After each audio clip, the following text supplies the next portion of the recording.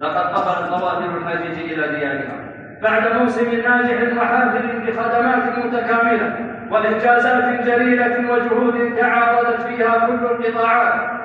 القطاعات التي بذلت عملا دؤوبا وطورت فكرا حديثا لخدمة الحجاج، وفي مقدمتها الجانب الصحي والوقائي وتوفير الدعاة والمرشدين وتهيئة المواقيت والبرامج التوعوية وتوزيع المصاحف على الحجاج والمعتمرين. وإن من النماذج البارزة التفاني في خدمة الحجاج من قبل رجال الأمن والعاملين في الحج،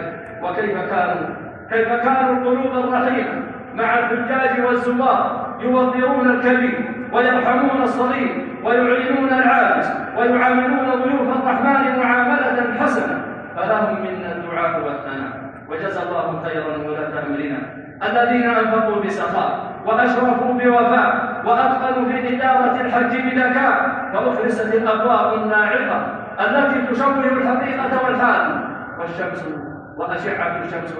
لا يحبها بالبال. لقد ظهر في موسم حج هذا العام من الآثار الحميدة لالتزام ضيوف الرحمن وتقيدهم بالأنظمة والتعليمات واستخراج تصريح الحج امتثالا لقوله تعالى: يا أيها الذين آمنوا أطيعوا الله وأطيعوا الرسول وأولي الأمر منكم، حيث ظهر أثر ذلك جليا في سلامتهم وسلاسة تنقلهم بين المشاعر وأدائهم المناسك بطمأنينة ويسر. وهكذا عباد الله كان الحج مدرسة بالإخلاص والتعاون ورسالة تبرز للعالم عظمة الإسلام وأخلاق المسلمين، وأنه دين السلام في مشاعره ومناسكه وعباداته. اللهم تقبل من الحجاج حجا،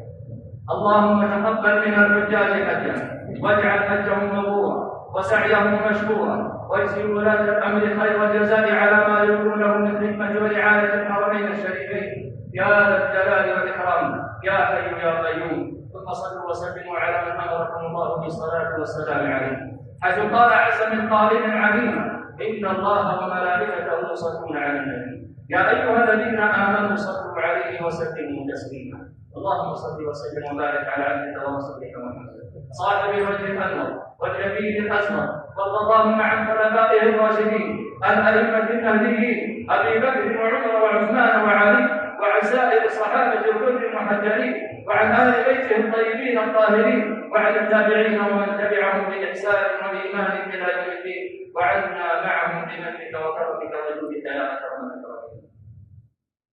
اللهم أعز الإسلام والمسلمين، اللهم أعز الإسلام وانصر المسلمين،